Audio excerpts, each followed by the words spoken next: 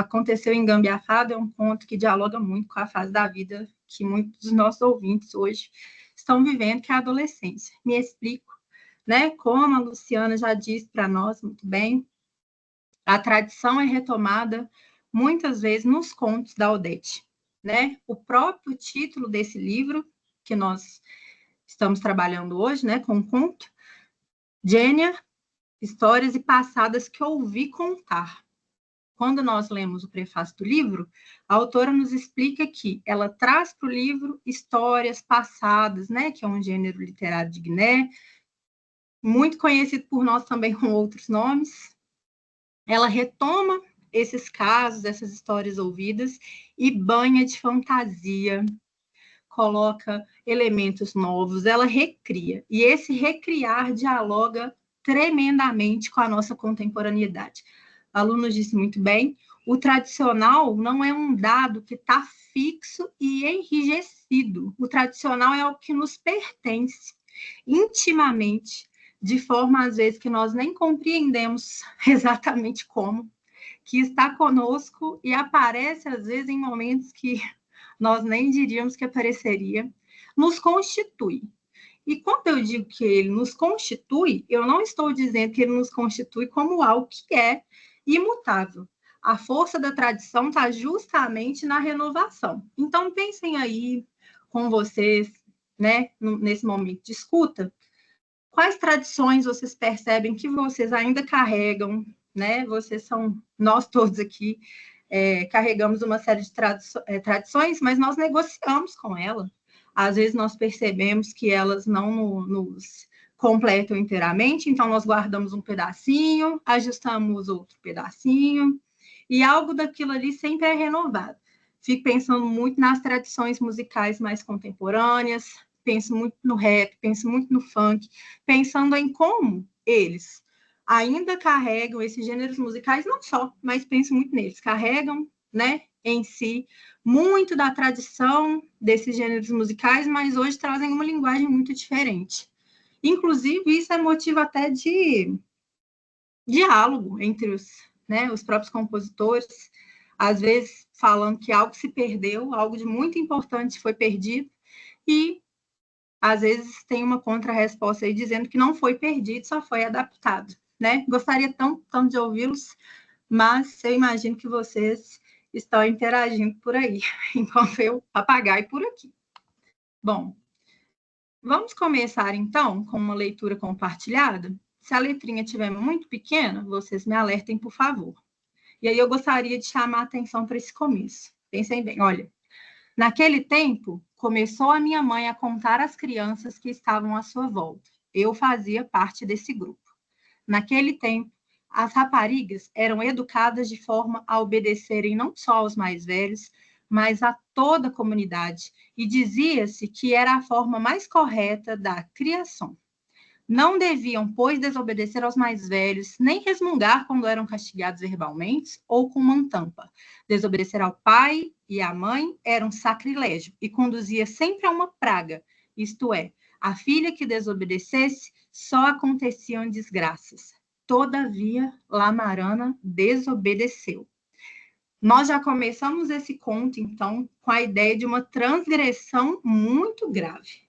Como é que nós temos noção dessa transgressão, gente? Nós estamos ouvindo uma história que nos está sendo contada por essa narradora, que foi uma ouvinte dessa história. Então, pensem, olha, a mãe da narradora contou e agora a narradora nos conta. Olha quantas rodas de contação de história nós estamos tendo acesso ao mesmo tempo. E penso que aqui agora, nesse mini curso, a gente até está construindo mais uma, né? Mais uma contação de história aqui. E eu espero que vocês estejam sentindo isso também, porque se eu estiver sentindo sozinha, eu vou ficar triste. Então, pensem. A desobediência, muitas vezes, é uma forma de começar algo novo. Desobediência pensada na palavra só superficialmente, geralmente é visto como uma coisa ruim, né? E, às vezes é. Só que nesse caso da Lamarana, vocês vão perceber que a renovação partiu dessa desobediência, que foi uma desobediência justa, né? Dependendo do ponto de vista, dentro da própria história, Não, e ela sofre consequências por essa desobediência. Porém, vocês vão ver a reviravolta que acontece. O que acontece na história de Lamarana?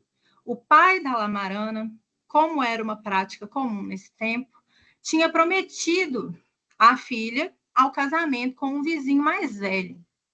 Era um homem poderoso, de posses, era proprietário de bolanhas, de terras, era um homem com dinheiro, e o pai já tinha recebido um adiantamento da quantidade, pelo casamento com essa jovenzinha que está aí retratada nessa belíssima ilustração. Uma moça muito bonita, que já chamava atenção por onde passava, era adolescente esbelta, cheia de energia, e logo cedo prometida a casamento com esse homem mais velho. Coisa comum da tradição daquela época. Acontece que Lamarana, como também tipicamente adolescente, se apaixonou por um rapazinho da idade dela, né? E se encontrava com ele sem contar para o pai. O que vocês acham que vai surgir daí, gente? Eu faço essas perguntas assim, mas eu não sei se alguém aí está com o microfone para participar. O que vocês acham? Deixa eu focar um pouquinho mais nessa ilustração, para a gente ver um pouquinho do cenário, a Lamarana, a tabanca onde ela vivia. E aí, queridos, Lamarana era uma moça tão bonita, mas tão bonita, que o velho com quem ela ia se casar adiantou o casamento, que ele queria apressar esse noivado de todo jeito, porque ele não podia deixar ela escapar, né? O pai dela fica muito feliz, e Lamarana, por outro lado, fica extremamente desapontada, fica triste. Não era o que ela queria, não foi o que ela planejou para a vida dela, mas lembrem-se, nesse momento, a tradição era que a vida fosse guiada por esse mais velho, fosse guiada por esse pai. Ela chega a pedir, vejam nesse trechinho aqui, não sei se o meu cursor aparece quando eu faço, meu pai, não me obrigue a casar com esse velho só por ser rico. Sou nova e posso arranjar um marido jovem que nos poderá ajudar nos trabalhos da Bolanha. E o pai já logo corta, né? Cortou essa interação e fala, não, filho, você vai ter que casar. Não vai ter jeito. É isso que não, é essa prática. Você casa e é isso mesmo. Bom, ela fica com o casamento marcado. O namorado ficou extremamente chateado também, mas ele decidiu que ele não ficaria somente vendo Lamarana se casar, ele faria alguma coisa, né, pelo amor dos dois. E nesse momento, decidiram fazer o seguinte, deixar o casamento acontecer, não impedir. E aí, depois, quando o noivo já estivesse muito feliz, contente e realizado com esse casamento, já tivesse tomado também uns golinhos a mais, caísse, e aí os dois poderiam fugir para viver esse amor. Então, de novo aqui, já na página 23, olha. Aproveitando-se da confusão da festa, Salil conseguiu mandar uma mensagem para Lamarana através de um jovem muito seu amigo. Este, fingindo facilitar Lamarana, abraçou e murmurou o recado. Salil pediu para embebedares o teu noivo. Deves fingir que está contente com o casamento. E foi assim, gente. O casamento aconteceu, o marido embebedou e caiu no sono. Quando isso acontece, e aí não vou ficar lendo junto, apesar de gostar muito, porque penso que pode ficar um pouquinho chato para vocês. Mas estou de ouvidos abertos aqui. Quando o marido cai no sono, o que acontece? Os dois se juntam e fogem. Então, vamos lá. O noivo dormitava na cadeira, enquanto os grandes, né, davam conselhos à jovem esposa e mal caiu na cama, adormeceu. Assim, Lamarana nem se deu ao trabalho de tirar o vestido de noiva. Saiu tal como estava vestida. Salil, que é o jovem, né, por quem ela se apaixonou, que estava nos arredores da proximidade de Mussar, correu a abraçar a sua amada e, segurando-a pelo braço, segredou: é melhor irmos até a estrada de Gâmbia a Fada. Assim, não corremos o risco de sermos vistos por algum vizinho. E foi o que aconteceu. Eles foram, gente. Infelizmente, essa história não vai terminar de forma boa. O que acontece? Mussar, né, o velho marido agora de Namarana, passa a mão na cama e percebe que ela está vazia. Ele pega uma katana, uma faca, e corre atrás dos dois. E acabou achando os dois, né? Acabou o acaso por conduzi-los aos dois apaixonados que murmuravam promessas de amor eterno à luz da lua. Despeitado, avançou em direção dos dois. Cravou a katana no peito de Salil, atingindo também a pobre Lamarana. Os dois abraçaram-se mais ainda, lutando contra a dor, e tombaram ali no meio da estrada. O vestido branco de Lamarana, manchando de sangue, refletiu a luz que a lua fugidia foi deixando atrás de si, por não querer ser testemunha de um fim tão trágico. Mussá, entre a fúria e o arrependimento, correu enlouquecida em direção ao mato, de onde nunca mais saiu, transformando-se num Nhará Sikidu. Eu devia ter trazido, gente, perdão. A foto é um arbusto, tá? É um arbusto bem entrelaçado, sabe aquele arbusto seco, muito entrelaçadinho, que se agarra às roupas de quem passa, como quem quer pedir perdão. O pai da noiva chorou muito quando soube da tragédia e confessou seu arrependimento à mulher. A tabanca de Lamarana já não era a mesma. Nada era como dantes. Passaram-se muitos anos, a vida continuou e os pais continuaram a decidir sobre os casamentos das filhas. No lugar da tragédia, nasceram duas árvores, uma colada à outra. Para quem vem de longe, dá a sensação de que são duas pessoas abraçadas. E se alguém espetar nela uma faca ou lhe fizer algum golpe, deitam uma saliva avermelhada de sangue. Agentes da tabanca dizem que são Salil e Lamarana, que por não terem encontrado lugar no mundo dos mortos, pois morreram antes do tempo ditado por Deus, transformaram-se em árvores. E todos os sábados, quando a lua cheia e esta começa a despedir-se e caminhar para lá, quem passa pela estrada de Gambiafada vê os dois namorados abraçados e ouve o último grito que deram antes de morrer. Temos mais uma linda ilustração da árvore que nasce dessa tragédia. E reparem bem, o marido, né, abandonado, transforma-se num arbusto muito fechado, muito que até agarrava a roupa das pessoas. Pensem o quanto isso consegue simbolizar a dor, o amargor, o ressentimento, né? O ressentimento nos tranca em nós mesmos.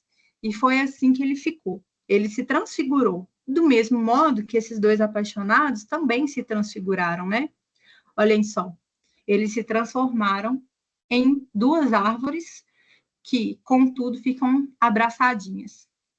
E nós lemos um trechinho, os pais continuaram a decidir os casamentos das filhas. Novamente, sem querer ser muito insistente, o que vocês acham disso, gente? O que vocês acharam do conto até aqui? Até aqui nós tivemos uma vitória da tradição, se é que pode se dizer assim, né? Vitória com 3 vítimas, vamos dizer assim. Lamarana e Salil não conseguiram ficar juntos. Isabela, pode falar, meu bem, por favor. Primeiramente, eu acho o ponto muito interessante. Eu fiquei até meio deprimida, assim, porque por algum motivo eu esperava que teria um final ah, em que os dois conseguiriam fugir.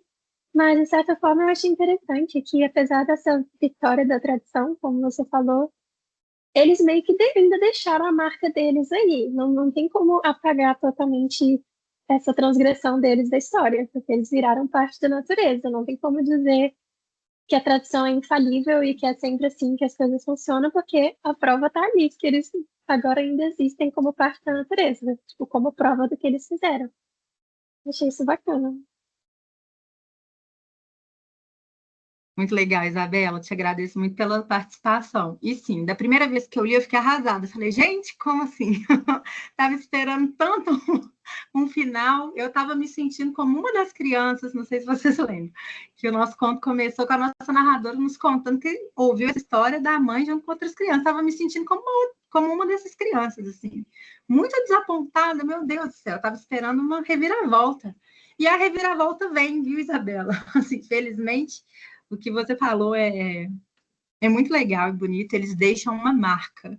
Não somente o casal feliz, mas também como o esposo abandonado, né? Eles deixam uma marca.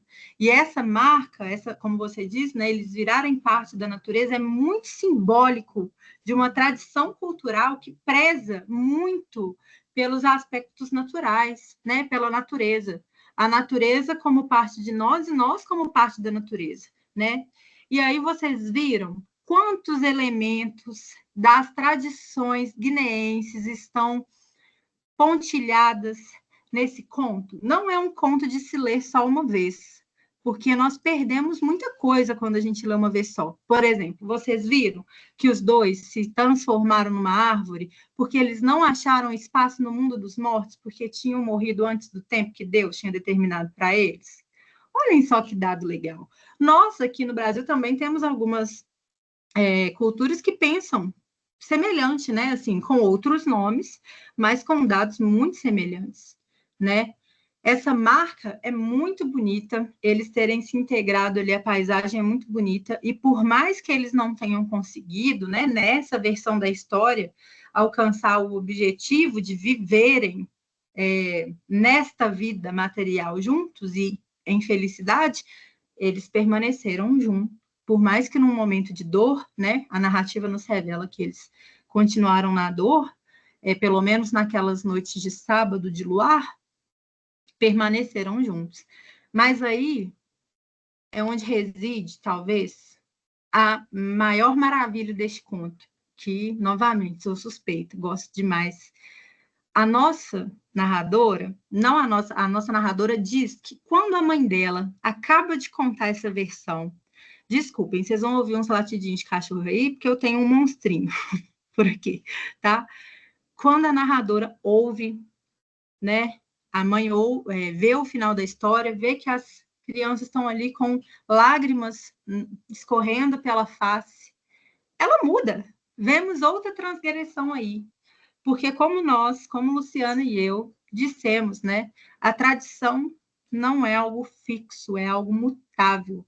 Nós trouxemos no slide a citação do Agueci, né, que é um importante autor também de origem africana, e aí eu peço perdão por não lembrar exatamente a nacionalidade, mas ele fala de uma forma muito bonita da tradição, que a tradição é algo que faz, refaz ele faz, desfaz e refaz. Ela está sempre mudando, ela é mutável. E a mãe, ao perceber essa tristeza tão grande, diz: essa história tem outro final. Há quem diga que quando fugiu da casa de Mussá, Lamarana levou consigo num balaio tudo quanto trouxera da casa do pai, que se encontrou com um sario e que se puseram a caminho à procura de um lugar onde fosse possível viverem o seu amor. E essa, gente, é uma das frases que eu mais gosto no mundo. Queria contar dela para todos, porque eu acho que é uma lição para nós. Mão na mão e pés no mundo, continuaram a caminhar sob a proteção da lua que os acompanha nessa busca. É lindo, né, Isabela? Eu também acho lindo demais. Olha só, mão na mão e pés no mundo, uma história nova sendo começada. Com a coletividade, porque vocês vão ver quando nós passarmos um pouco adiante na história, que por mais que os dois tenham saído sozinhos uns com os outros, eles carregavam também consigo toda uma tradição e todo um passado que, neste caso, nessa tradição cultural, existe de forma quase física, que são os nossos antepassados que estão conosco, que são todos aqueles que nos acompanham, nos protegem e nos acompanham da melhor maneira possível. Então, vamos acompanhar essa história nova e reafirmo, estou disposta a fazer quantas pausas necessárias para nós conversarmos, para vocês também não me acharem uma chata de galoche, falando sem parar. Olha só, começaram de novo, né? Olha, conta-se que nas noites de sexta-feira à meia-noite, quanto a Mussá, depois de ter percorrido toda a Lalá sem ter encontrado a sua amada noiva, pegou na katana que levava consigo e cravou-se em seu próprio peito, ali mesmo na estrada de Gambiafada, tendo por testemunha um grande e frondoso pé de cola. Conta-se que nas noites de sexta-feira à meia-noite, a sua sombra aparece debaixo de um pé de cola e que, mesmo depois de morto, continua a procurar Lamarana, assustando quem passa por lá. O marido realmente não teve um final feliz, nem numa história, nem na outra, né? Assim, as consequências por ter escolhido viver um amor comprado, assim, da parte dele, né? Realmente não deixou com que ele escapasse. Mas Saliu e Lamarana, mão na mão e pé no mundo. Eles saem, né? E conseguem aí caminhar em busca de um novo destino. Olha só, durante o percurso, fizeram planos e mais planos e juraram fidelidade um ao outro. Combinaram ainda que se um dia Saliu tivesse de se tornar uma noiva, quem deveria escolher essa segunda esposa seria Lamarana. Então, veja, a tradição ainda estava aí, a tradição do casamento, né, com o segundo esposo, mas Lamarana era quem tomaria essa decisão. E continuaram a caminhada. Porém, nem eles sabiam o destino que Deus lhe reservava. Andaram, andaram, andaram, e quando começaram a sentir-se exaustos, viram uma pequena morança, uma casa, né? Isso animou-os e tentaram, apesar do cansaço, apressar o passo. Queridos, por mais que nesta nova versão da história o casal permaneça vivo e juntos, eles não deixariam de ser responsabilizados por desobedecer. Vocês se lembram? Lá no comecinho, a desobediência causa muito infortúnio. A desobediência causa consequências.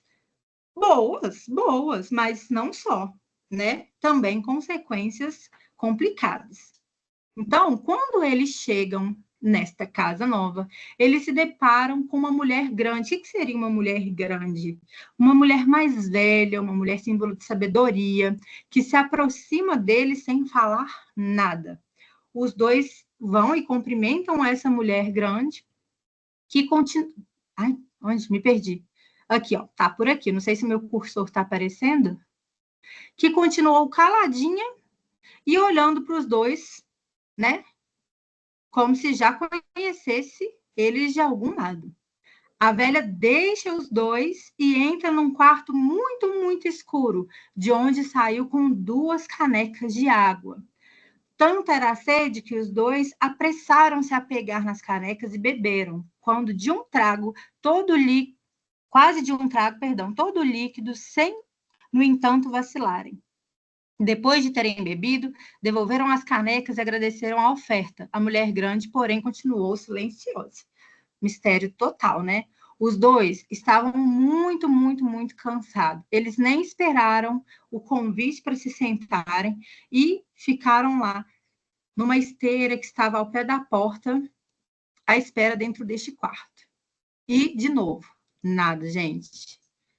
Não tinha criança, não tinha outra pessoa, só tinha mesmo uma criança, alma viva, mas nada. A morança estava mergulhada num silêncio, imaginem isso. Vocês já perceberam que o clima mudou? Apesar de que nós já tínhamos visto alguns exemplos de fantasia, não quero dizer a palavra fantasia, porque eu estou falando de uma tradição. Apesar de nós termos visto alguns exemplos de um aspecto sobrenatural, né? Um aspecto... Em que sentido?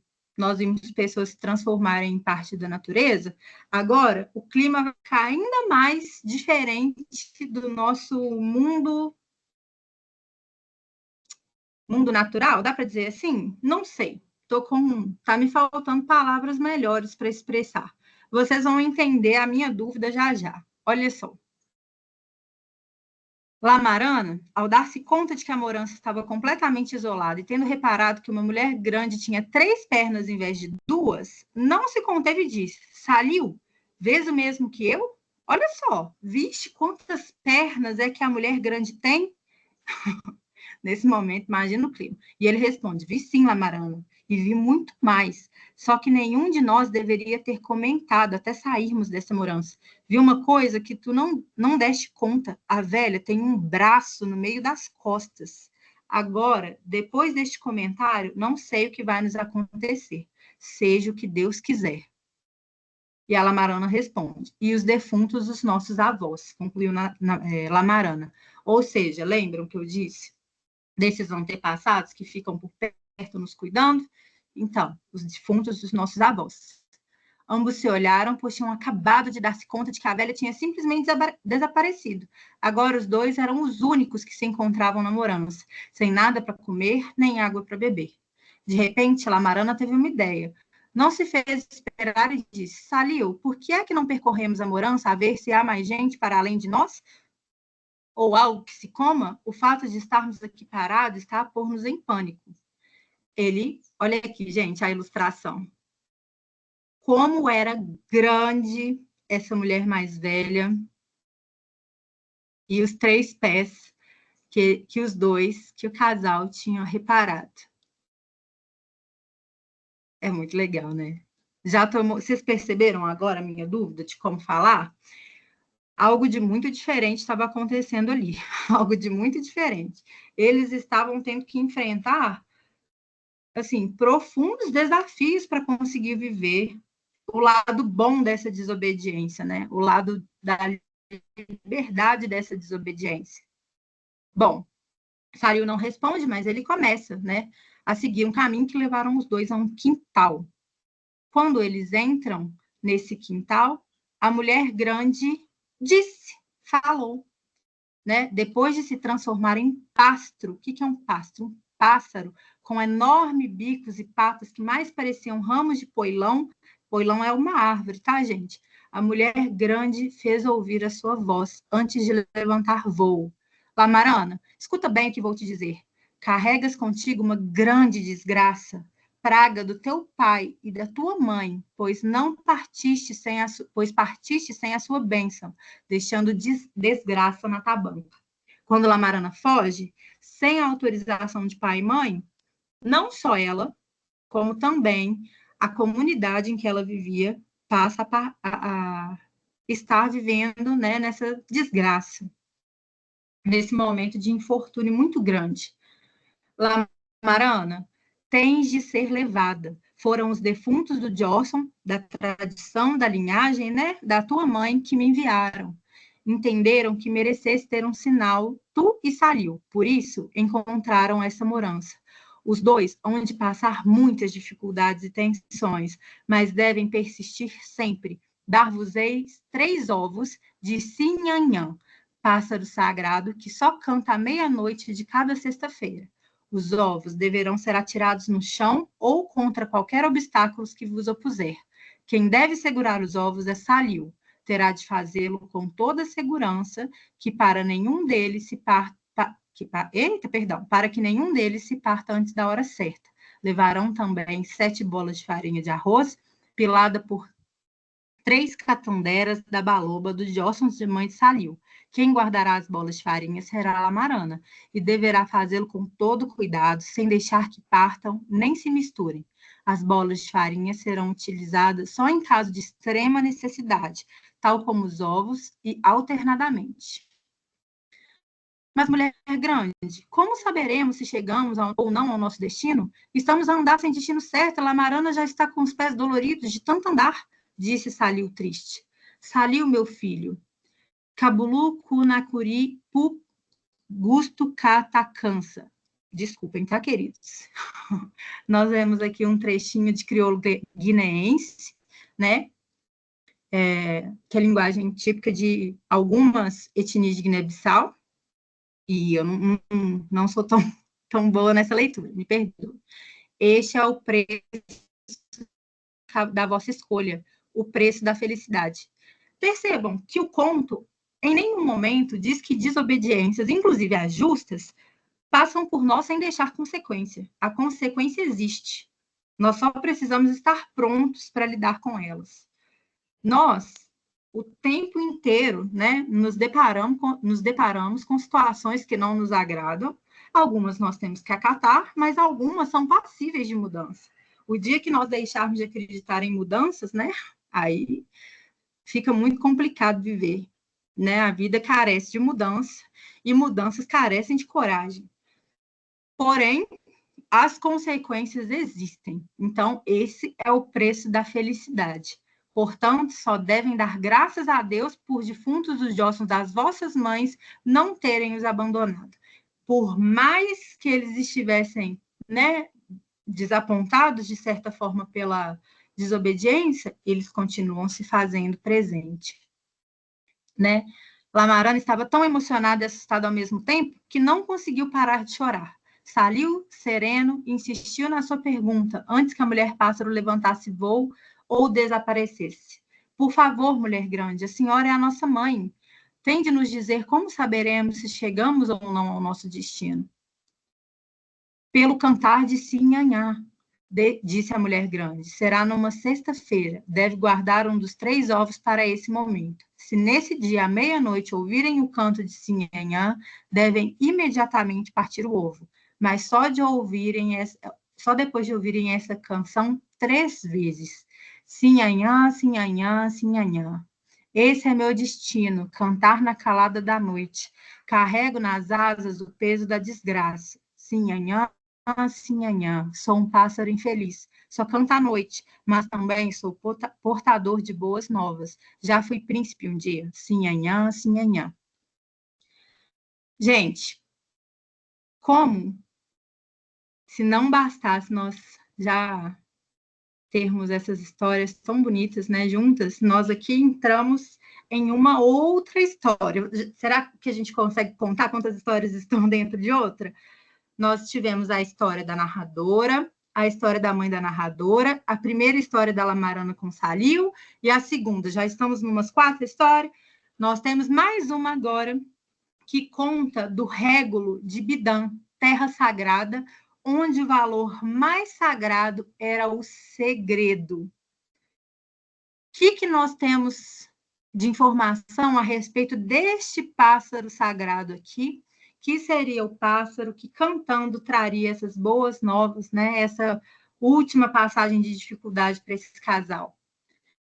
Olha só, sem saber guardar segredo, Quelé, filho do régulo, rapaz bem parecido, alto, preto retinto, famoso lutador, cobiçado por raparigas casadoras, tinha um grande senão. Ele gostava de ouvir passada, ouvir casos, e ele não resistia em contar também. Então, ele ouvia e logo passava. Ouvia e logo passava. Só que, neste lugar, né, o lugar do... o reino do pai dele, era o valor mais precioso, saber guardar segredo. Não é um bom lugar para um fofoqueiro, né?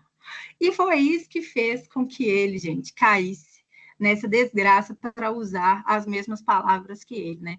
Um dia, a esposa, né, a mãe e o pai de Quelé conta para ele um segredo e ele, infelizmente, mal ouviu e já foi contar.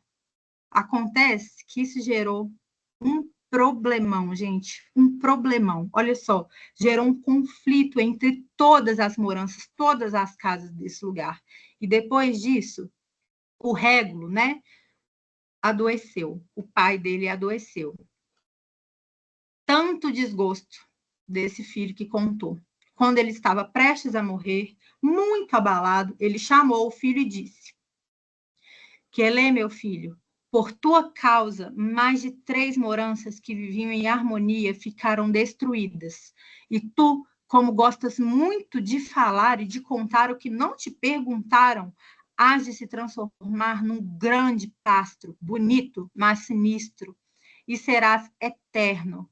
Porém, o teu castigo vai ser teres de percorrer quilômetros para levar recados, seja de alegria, seja de tristeza, até seres perdoado um dia.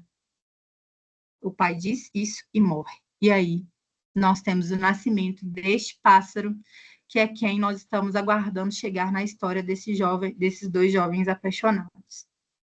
Que tristeza, né? Ele virou vítima do próprio gosto dele, né? Sem prolongar demais, eles passaram por todos os desafios, o casal seguiu, os ovos foram se estourando, e na noite do 7º dia, já estou aqui na 37, tá? Após terem comido um pouco, os pouquinho que lhe restavam, Samalio e Lamarana arrumaram, né, os seus Nibludiu, desculpem de novo, e foram dormir cedo, contando que pegariam a estrada logo que o sol fizesse, né, seu nascimento. Como a noite estava mais fria que o habitual, Saliu levantou-se e foi se juntar à restante lenha, pedaços de guncute, e fez uma pequena fogueira junto ao sítio onde estavam deitados. Mal voltou para junto de Lamarana e se taparam com um pano de pente, que é um tecido muito tradicional da Guiné. Senti falta de ter trazido algumas fotos de referência para vocês conhecerem, né? Percebam quantos elementos tem que são, para nós, assim, a gente ouve e não tem noção. Acho que deveria ter trazido para que vocês pudessem ver. A fogueira desapareceu, assim como a lenha. Amedrontados, abraçaram e nem sentiram a vinda do sono. Foi nessa noite que o destino de Saliu e Lamarana mudou. Foram despertados por uma melodia que parecia um choro ou um lamento de alguém muito sofrido. Já despertos e em silêncio, olharam um para o outro e sorriram enquanto escutavam Sinhanhã seu triste canto portador de boas novas. O pássaro cantou a canção que a mulher pássaro lhe ensinou e assim concluiu, antes de levantar voo. Sinhanhã, Sinhanhã, esse é meu destino, obra dos meus defuntos que de mim fizeram peregrino, mas a vós trago este hino, mantenha da boa nova, chegou o tão esperado dia. Sinhanhã, Sinhanhã, Sinhanhã. Saliu e Lamarana chegaram ao seu destino e cumpriu-se a vontade dos deuses e dos defuntos. Saliu não chegou a pedir uma segunda esposa, pois o que os unia era muito forte. Sentiram que uma segunda esposa iria perturbar a paz e a felicidade que conseguiram alcançar depois de tantos desaires. Quiseram que mais pessoas fizessem parte da sua família para poderem ter alguém a quem contar a sua emocionante história e muito mais passadas. Vieram os filhos tão desejados completar a felicidade de Saliu com Lamarana.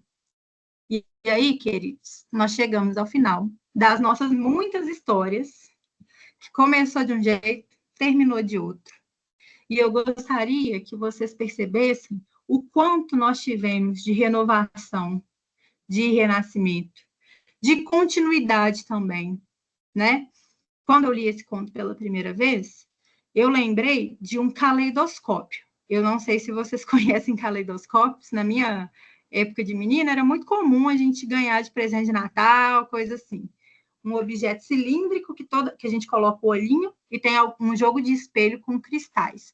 Toda vez que a gente gira, forma-se uma nova imagem. E é essa a impressão que eu tenho quando eu leio a escrita da Odete. Ela nunca é uma coisa só. Tem muita coisa aqui dentro, coisa que nós precisamos descobrir, sabe? E quantas reconfigurações nós vimos aqui. As tradições estão presentes, muitas, mais do que as que eu consegui comentar. Se vocês tiverem reparado alguma coisa, quiserem compartilhar comigo, fiquem muito à vontade. Quantas tradições e quantas renovações nós tivemos aqui. Ao mesmo tempo que o conto é este convite é forte, ao mesmo tempo que o conto diz uma palavra assim, não é de apoio, mas mostrando quanto a desobediência, às vezes, é um ato revolucionário, né? O quanto revoluciona a nossa existência. Ele também mostra as consequências, ele também mostra as permanências. Então, Banhadíssimo de Fantasia é um conto extremamente real. E é um conto que dialoga muito, assim, né, do meu ponto de vista, com o momento em que muitos de vocês estão vivendo, que é um momento em que vocês têm muito ímpeto de mudança, né? Bom, além disso, eu tenho certeza que vocês vão sair desse dia cansados da minha voz, com certeza, mas também muito, assim, muito instigados, talvez, mas assim, iniciados na cultura guineense, porque nós tivemos acesso a um tantão de elementos dessa cultura, que é uma cultura muito rica, muito vasta, já que se nós pararmos para pensar na Constituição, né, do povo de Guiné-Bissau, nós temos muitas etnias vivendo juntos, muitos povos vivendo juntos, assim como nós, né? E aí, ao contar, quando nós contamos uma história, nós também estamos fazendo um ato de iniciação, né? De iniciação ao ouvinte.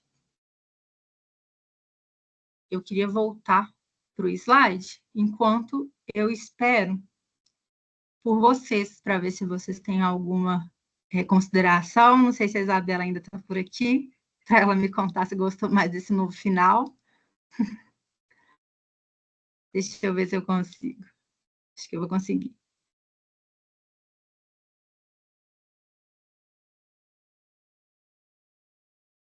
Bom.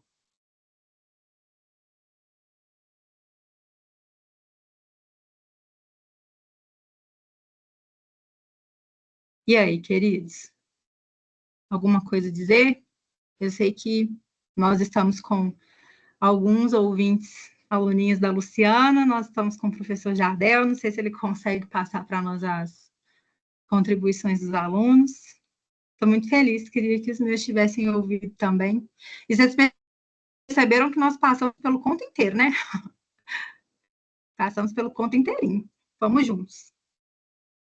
Não sei se o Lu quer falar alguma coisa também.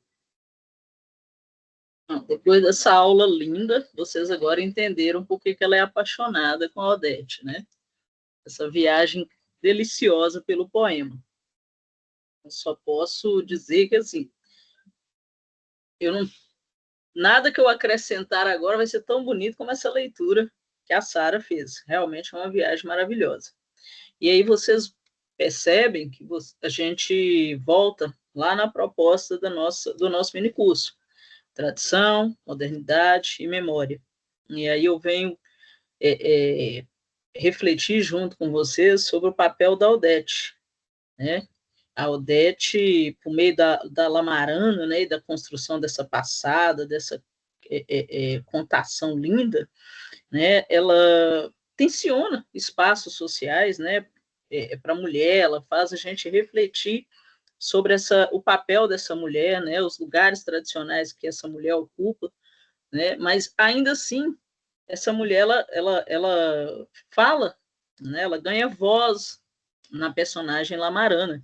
Isso é muito bonito, né, porque o texto da Odete ela acaba equilibrando o respeito, né, às raízes culturais, mas ele também impulsiona, né, através da oralidade, essa transformação, essa libertação da personagem, né? Ela não quebra essa tradição, mas ela, de alguma forma, né, eu lembro do comentário da Isabela, eu realmente também fiquei, num primeiro momento, chateada, mas há uma libertação, né? Há um novo, né? Um reencontro com a memória cultural, mas ela ganha espaço, porque, no fundo, ela realiza o sonho dela, né? Ela não fica presa ao que foi decidido por ela, né? E através desses detalhes da natureza, elementos da natureza, né? A Odete ela cria um canal de crítica e ressignificação, né? Então não há um apagamento da tradição, né? Há uma renovação dessa tradição na memória cultural. Não sei se eu acrescentei a leitura linda da Sara.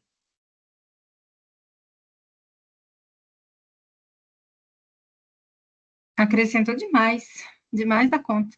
E eu fico feliz pelo que você tenha apreciado, Luciana, e espero que os meninos também, porque às vezes a gente gosta tanto que acha que está que tá conseguindo passar para todo mundo, né? Não necessariamente. Mas eu gostaria, assim, se possível, de saber o quanto vocês conseguiram se identificar daí, né, com essas renovações. O papel da mulher é algo muito bonito de ver nesse conto. E se nós pararmos para pensar, nós estamos vendo, né, uma sociedade em que tem papéis muito bem definidos, apesar de que sim, existe espaço para mudança. Eu acho que isso é a parte mais bonita desse conto. Então, vejam bem, quem decidiu sobre o casamento, né, da filha foi o marido, não foi a mãe. Quando os dois jovens saíram, na segunda versão da história, quem deveria segurar os ovos, né? E a gente pode pensar em toda a simbologia desses ovos, que fala da fertilidade, que fala de novos começos, né? Que fala de nascimento. Foi Salil, né? Foi o rapaz. Ao mesmo tempo que quem segurava a farinha foi Lamarana. E farinha também não é senão o quê? Construção, né? É uma coisa nova. É um material de o quê? De produção, de novo sentido, né? Pensem na simbologia das pessoas mais velhas, ao mesmo tempo que essas pessoas mais velhas eram aquelas que ditavam, né, o destino dos mais novos, foi através de uma mulher mais velha também que eles receberam a boa nova de que eles poderiam ser felizes se eles continuassem persistentes, né? Então, percebam o quanto existem possibilidades, quantas possibilidades são reais e concretas. A mudança está presente, o respeito às tradições estão presentes. O conto vai para todos esses caminhos, para todos esses caminhos. E quanto mistério não está aí, né? Eu fico pensando, fico até muito aflita. Luciano teve prazer de conhecer a Odete ontem, porque nesse bonito evento, né, que nós estamos construindo juntos, a Odete está presente. Eu acho que se eu encontro com a Odete, gente, eu não sei nem o que dizer. Mas eu fico pensando quantas coisas, ao lermos, nós não temos acesso, né? Porque são de tradições, de memórias culturais que não são as minhas, não são as nossas, apesar de muito parecidas. E aí sempre fica nos faltando, mas é essa a beleza da literatura, né? Se tivesse tudo completinho, não teria graça. É sempre a falta, a gente está indo atrás da falta. Bom, contei, perdão, Lu, pode falar. Não, a gente falando da Odete, eu acho que a reflexão que tem que ficar na tentativa, né, de trazer uma reflexão para esse nosso mini curso, é pensar que a Odete, a oralitura da Odete, né, ela trabalha, né, sobre alguns pilares, né, ela constrói um elo entre tradição e modernidade, né, onde a palavra escrita, ela continua a dar espaço para a palavra falada, que a escrita dela leva a isso, né, por mais que seja escrita, mas dá aquela ecoada da oralidade. Lá no início do conto, né, quando ela começa a primeira frase do conto, remete a gente àquela roda, aquele sentar e dialogar, a ouvir, né? Outra coisa é um registro de uma cultura guianense, ela faz esse registro, mas também ela cria um espaço de transformação e crítica social, né? Por mais não, é lindo o conto, né? Ele é cheio de simbologias, ele faz a gente ter uma viagem quase mítica, mas ele também ele abre espaço para essa transformação, né? Para essa crítica social. E acho que a força maior aí é quando a Odete junta na escrita dela uma cadência, um ritmo, né? Fala coletiva e vai criando, né, essa força da voz, da memória e da coletividade. Eu acho que a Odete ela construiu dentro desse conto, né, um espaço de voz, porque como a Isabela mesmo ficou indignada, a gente vai se envolvendo no conto, né? A gente vai querendo tomar decisões junto. Então, a Lamarana, ela dá voz para a gente, né? E a gente pensa que não, que em espaços tão modernos, né, nós mulheres temos espaço de voz, mas nem sempre a gente tem esse espaço de voz. E essa literatura linda, tão simbólica da Odete, esse espaço de voz, ele vai crescendo no interior da gente, né? Ele vai criando essa emoção forte.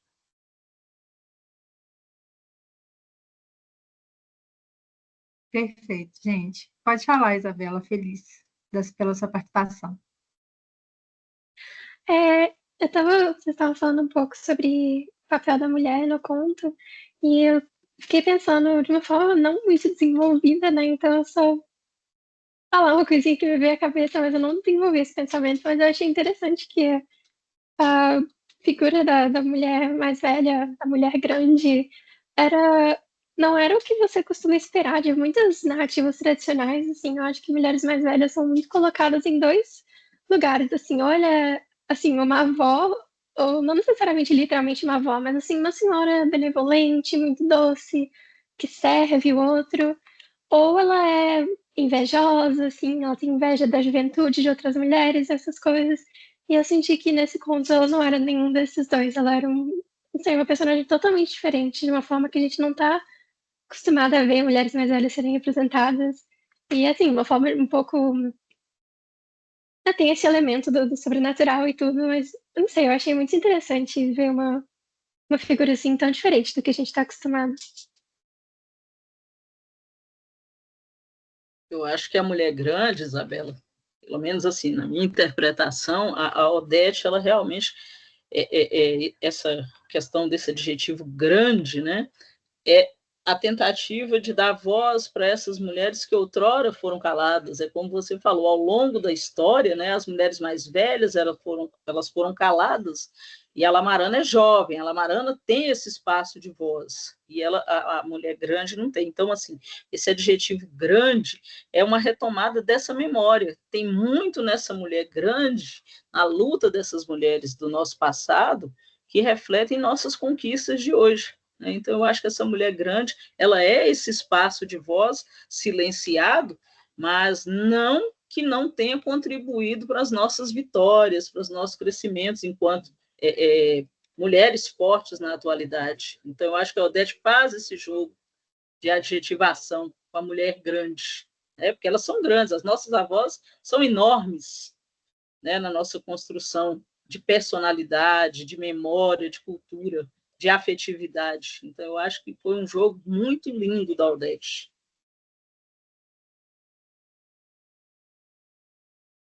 Perfeito. Isabela, eu não sei se eu estou fazendo associação com a pessoa errada, mas eu acho que você é a pessoa que estuda, não é? Junto, acho que com a Sara, a representação dessas mulheres mais velhas nas literaturas africanas de língua portuguesa. Não, essa é outra Isabela. Porque, nossa, perfeito, perfeita essa leitura. Mas eu Então, assisti um assim, pouquinho do mini curso delas ontem. ai, que bom, que coisa boa que deu para dialogar com nós, porque na literatura de Odete nós vamos ver um outro lugar, mas sabia que o que você está falando também está presente em outros contos, essa rivalidade? Tem outro conto desse livro mesmo, que é o conto que dá nome ao livro, Gênia, que também tem umas... Gente, a Odete traz umas coisas assim que eu acho que jamais vão sair da minha alma, sabe? Ficaram gravadas em mim para sempre.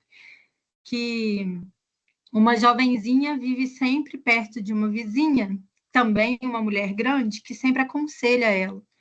E essa jovenzinha, ela era órfã de mãe, vivia só com o pai, e o pai casa-se com uma moça muito mais nova, que no começo ela era muito simpática, muito querida, só que essa mulher grande via algo de esquisito ali, e sempre repetia para a Jane, né, a menininha nova.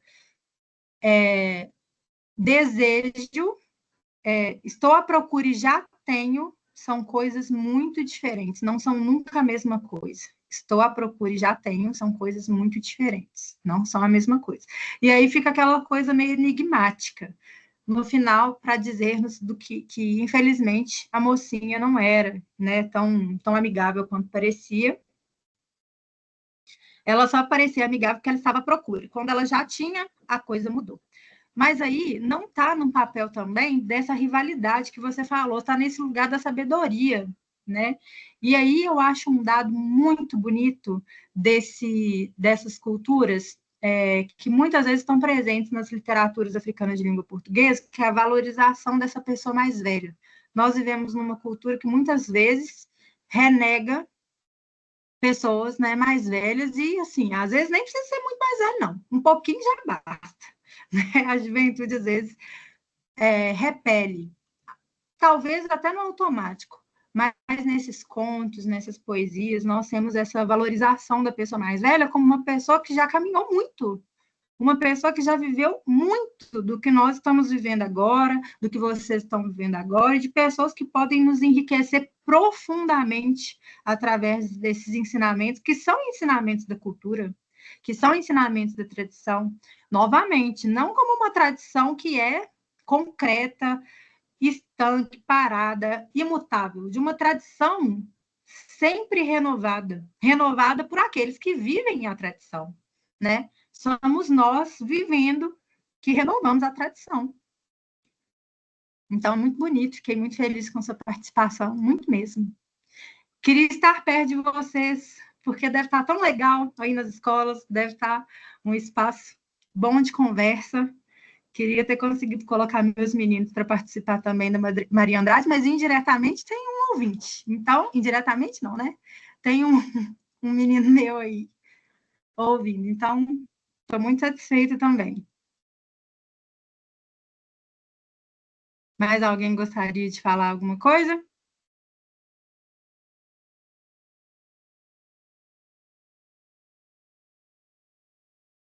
Acho que é uma oportunidade de a gente refletir, né, como a Sara falou, o nosso passado, né, o nosso passado próximo daquelas mulheres que constroem a nossa vida e que tem muito para acrescentar.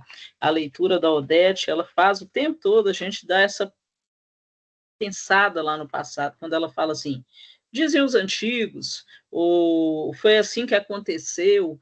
Então, isso tem uma forma, um elo muito grande entre a gente e todos aqueles que nos cercam, né? E a geração atual, ela precisa fazer essa retomada, ela precisa se vincular a essas experiências, até mesmo para entender aonde chegamos agora, aonde podemos chegar mais futuramente, né? E assim, como a Sara está falando, ontem eu tive a oportunidade de ver a Odete Semedo sentada ali do meu lado, e assim, é uma pessoa muito aberta para um diálogo, então assim, quem tiver a oportunidade ainda e hoje e amanhã lá na PUC, né, para sentar e conversar não só com a Odete, né, e outros palestrantes, tem sido uma experiência muito rica de aproximação de culturas que a gente muitas vezes nem imagina o quanto pode acrescentar nas nossas vivências. Eu que sou professor, a Sara e muitos que estão aqui dentro de sala de aula, né, dessa negação de tradições, essa negação do passado, que os jovens às vezes fazem sem nem perceber, porque não é ofertado a eles essas vivências. Então, essa experiência tem sido muito rica. Né? Nas oficinas que nós temos trabalhado, tem sido muito rico o retorno desses alunos. E o encantamento pela Odete. Eu falo que eu tenho alunos agora apaixonados pela Odete, como a Sara. Né?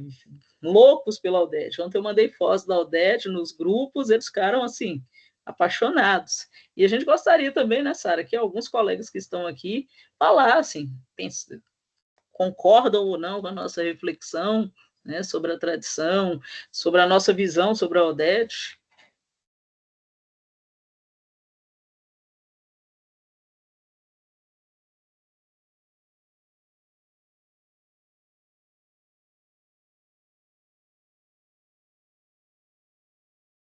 Eu acho que o nosso formato são coisas boas da tecnologia que nos permitem estar em muitos lugares ao mesmo tempo, mas sempre tem a contrapartida, né? A contrapartida de não conseguir ouvi-los. Mas felizmente, nós temos um grupo muito interativo, né? E eu até interajo um pouco menos do que eu gostaria, mas eu tenho certeza que esses retornos todos nós vamos ter daqui a pouquinho, participando dos grupos.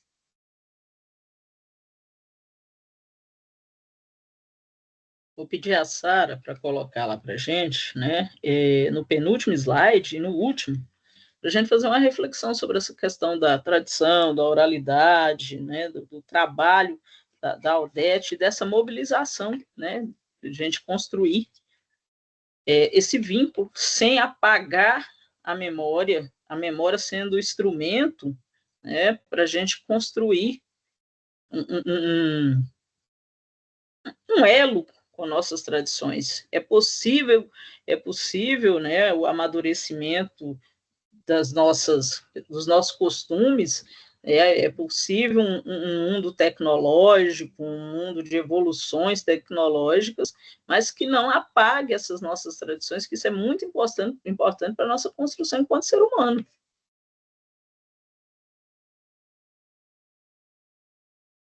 Quando a Odete, né, quando a gente pensa, né, na escrita da Odete, né, que fala, né, da questão da oralizada, né, fazem presente, né, o ato de contar, a gente retomar esse ato de contar, dar vozes, do jeito que a Lamarana, essa personagem tão rica, ela ganha voz e dá voz para muitas mulheres, né, o ato de abrir espaço para sabedorias tradicionais, eu acho que é importante, não sei se muitos concordam, eu acredito que eu e a Sara, a gente tenha entrado nesse comum acordo, né, que as sabedorias tradicionais, elas são muito importantes, principalmente no ensino.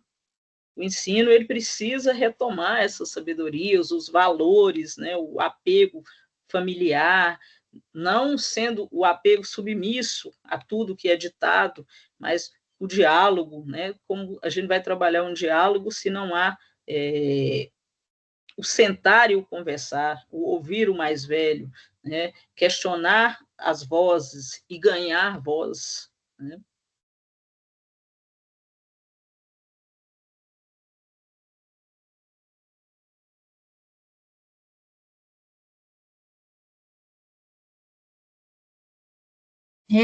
Estou tentando abrir o microfone e não estava conseguindo. Perfeito, Luciano.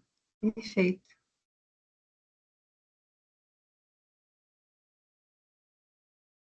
Eu não sei como foi a procedência de outros minicursos, né? A gente tem 29 minutos, não sei se os colegas têm algo a dizer, mas eu acredito que eu e a Sara tentamos trazer, né, Sara, a nossa contribuição, né? A nossa participação. Eu não sei se mais alguém gostaria, se a Sara quer trazer mais algo da Odete para a gente refletir. Lu, de minha parte, na verdade, eu apenas agradecer muitíssimo, muitíssimo, né? Acho que, né, nós não vamos conseguir mais ouvir muito mais pessoas, também um pouco pelo formato, pela plataforma e tudo, mas agradecer demais pela escuta, assim, com um desejo muito grande de que tenha sido tão legal para vocês, tão prazeroso para vocês, quanto foi para nós do lado de cá. Assim, é sempre um prazer muito grande falar da literatura da Odete. Eu espero, né, que tenha sido bacana para vocês. Eu espero que a gente também tenha começado aqui um vínculo, vocês se sintam muito à vontade a escrever através dos professores, né, de vocês, ou através do e-mail. Eu não consigo mandar no chat também, mas aí a gente manda através dos professores também, para que a gente possa criar agora uma comunidade também, né, um diálogo que não acaba aqui. Como eu disse nesse comecinho, perdão, eu disse no comecinho, era um convite, né, a que vocês também se encantem pela literatura africana de língua portuguesa no geral, pela literatura de Guiné-Bissau em específico, pela literatura da Odete. Espero reencontrá-los mais vezes, talvez, quem sabe, no modo pessoal, né, no modo presencial, para que a gente consiga conversar numa roda de conversa, numa roda de contação de história, para que esse comecinho aqui tenha sido a criação também de um vínculo. Esse é o meu desejo, e aí, caso vocês não tenham mais a acrescentar, acho que a gente pode ir finalizando por aqui.